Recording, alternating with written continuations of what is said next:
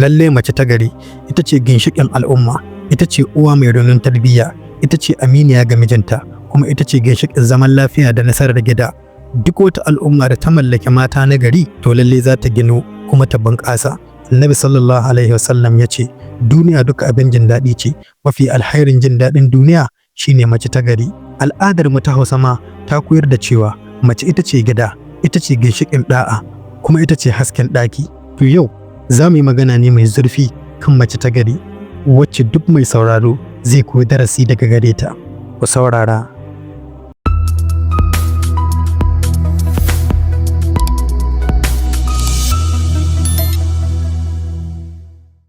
Assalamu alaikum. ‘Yan uwa, sannunmu da sake saduwa da ku a cikin wannan tasha, kuma a cikin wannan bidiyo mai albarka, bidiyo da ke magana akan mace ta gari. Wannan bidiyo na kasa shi sashe-sashe har sashe 4, ga kuma bidiyon yadda zai kasance. Lalle mace ta gari ita ce wacce ta haɗa kyawawan ɗabi'u na addini da na al'ada, ita ce wacce ke bautar Allah da tsoronsa, tana kiyaye ibada, tana kiyaye mutuncin kanta da gidan mijinta.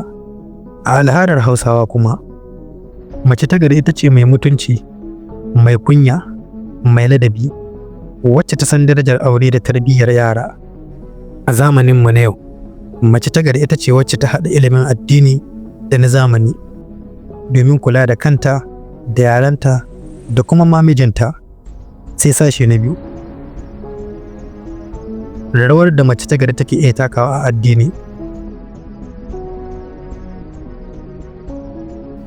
Addinin Musulunci ya daga matsayin mace ta gari, ita ce ginshiƙin gida, domin ita ce ke haifar da al'umma.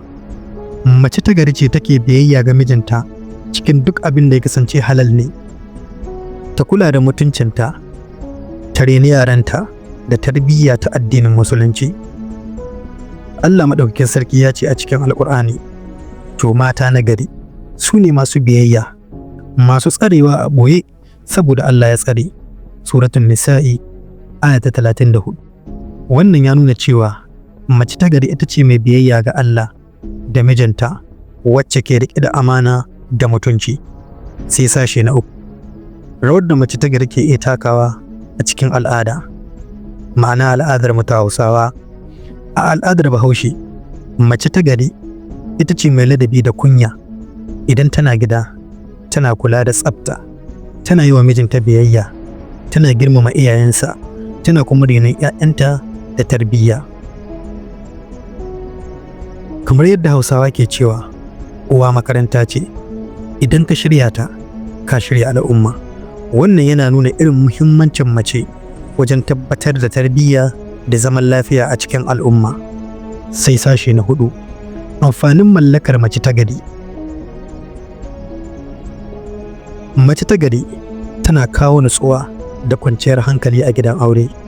Ita ce take zamewa mijinta kwanciyar rai da taimako wajen samun nasararsa.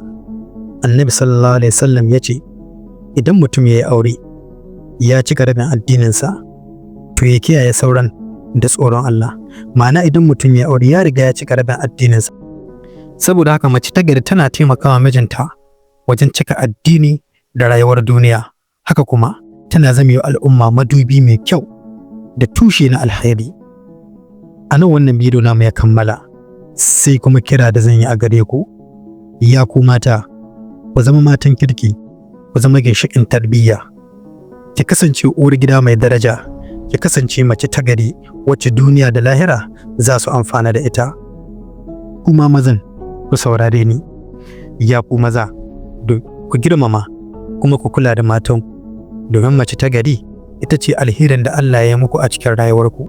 Ku tuna, mace ta gari ba wai kawai daraja ce ga kanta ba, a'a, daraja ce babba ga iyalinta, ga mijinta, ga al'umma, kuma daraja ce a wurin Allah.